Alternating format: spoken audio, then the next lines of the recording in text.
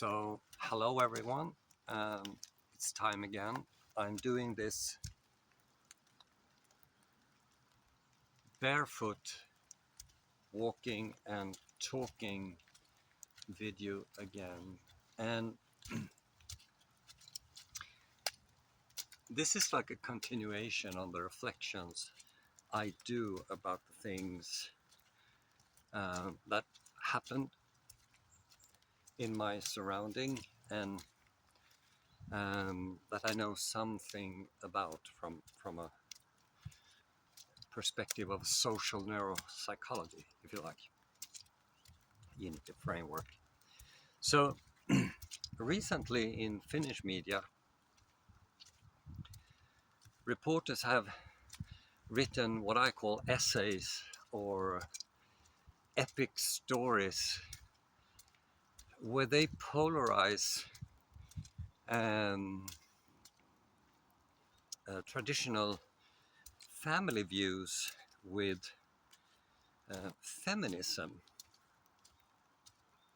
And the backstory is that they found one young woman, I think she was 26 or something like that. This is from memory. Okay, so and when she grew up, she was heavily influenced by the feminist movement. And the feminist movement, what is that? Well, actually, it's based on Marxism, claiming that capitalism is a threat to women's freedom. Kind of very short. And if you disagree with me, please comment in the give me some comments on why you think I'm wrong about that. Now here's how it goes. When she was about 25, 26, she became a Christian. I don't know exactly what that meant, but I mean, the Western society is based on a Jewish Christian tradition. Many people don't know that, but you know, all the stuff we do, the traditions and stuff like that, is partly based on Jewish Christian tradition, whether we believe in the faith or not.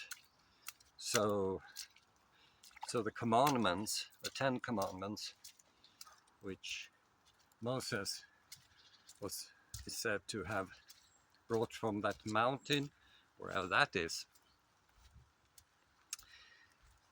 still influences us. So you should not steal, and there are 9 more. I'm no expert on theology and stuff like that. But what really happened, from my point of view, who is I have an anthropological or evolutionary perspective on my research, is that this young woman's biology now released a cocktail of hormones, and signaling to her that now is the time, and that's been going on since puberty, of course, but this increased. Now it's time to send your genes into the future. So from that perspective, she found a guy. I think they married because he was the Christian one, and she sort of became a believer. And now they moved to a small house, and everybody recognized this story because this is the typical story of a young woman who wants to send her genes into the future.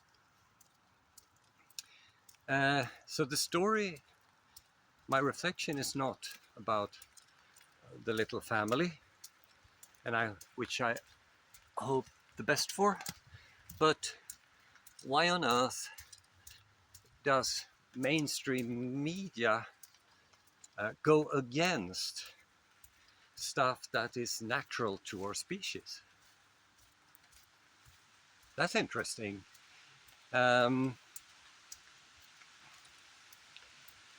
And of course, one answer, there are several answers to that question, is political correctness, that the mainstream media or the legacy media has sort of become a megaphone for politicians. And funny thing though, that political correctness was founded in Soviet Union. It was a communist autocracy, and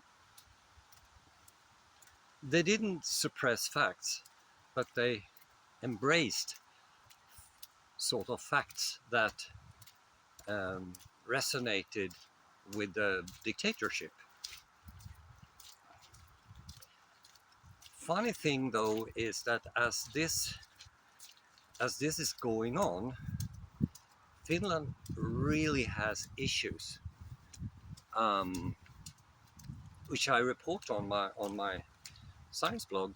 So, for example, the police says that Finnish women's relational aggressiveness is, I think they said, the biggest issue. Um, I'm very diplomatic, as you know, so I here's the turning point. Now I go back into the forest. Um, I think they said that, but it's a big issue. And what is relational aggressiveness? Well, relational aggressiveness is psychological violence in the home environment, basically.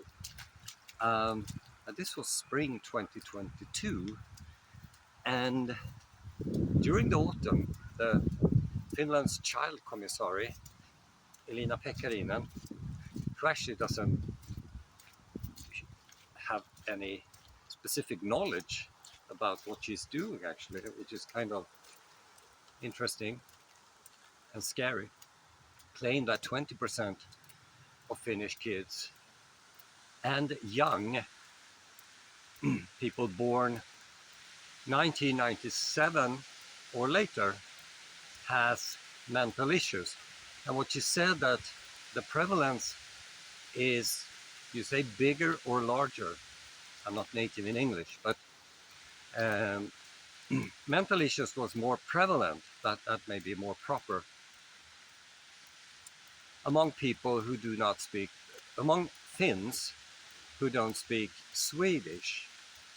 So now remember, Finland, since the Vendel or Viking time, was part of Sweden. So the first language of Finland was actually Swedish. And then when Russia invaded Finland and later on, they switched to this. It's a Uralic language that was spoken by different tribes in the inland, and they switched to that. And according to historians, that language reached break-even somewhere between 1910 and 1940. So think about it. Finland was basically Swedish-speaking until the Second World War. That has an impact, of course, when you force people away from the Gemeinschaftsgefühl, as a very famous German social psychology or personality psychologist once said. I think it was Adel. It's hard to remember. But that was fall 2022. Then in spring 2023, researchers at Helsingfors claimed, we had like a meeting, a community meeting, and then they made a statement, and they said Swedish-speaking Finns have better health physically and mentally and live longer compared to the Finns who do not speak Swedish. That's a big issue again. So what you see, a pattern emerges. And I think it was spring as well. So Kela FBA, this is the pension fund. It's a governmental entity that, you know, they pay pension and stuff like that. They make a survey every year, together with THL, which is the Institute for Health and stuff. And they claim that Finns' physical and mental health has deteriorated since 2010. I don't believe that. I think that the deterioration started much earlier. So during fall, Elina Pekkarinen again. This is an annual conference about children's rights. She said that psychological violence and deadly violence against small kids have increased in Finland. Now remember, this is women's violence. Psychological violence in a domestic context is typically a female thing. Think about that. And also killings. There's not many children killed by parents, but small children are typically killed by the mother.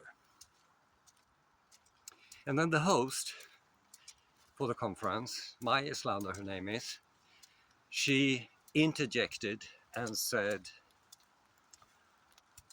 40% of the Finnish school kids have reported that they are victims of psychological violence in the home environment. Again, it's a typical female characteristic.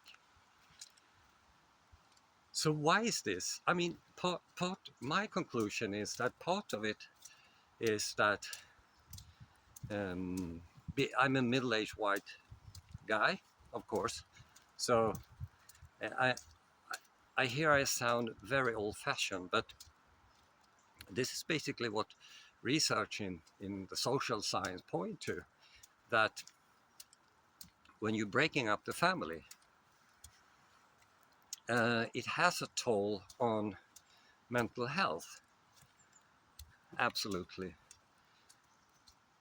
So the family traditions that the reporters in legacy or mainstream media go against are the social construct that will improve mental health, basically. It sounds strong, very old-fashioned. I know, but it's basically backed up by the science. I can easily show that if you want to hear a lecture with me.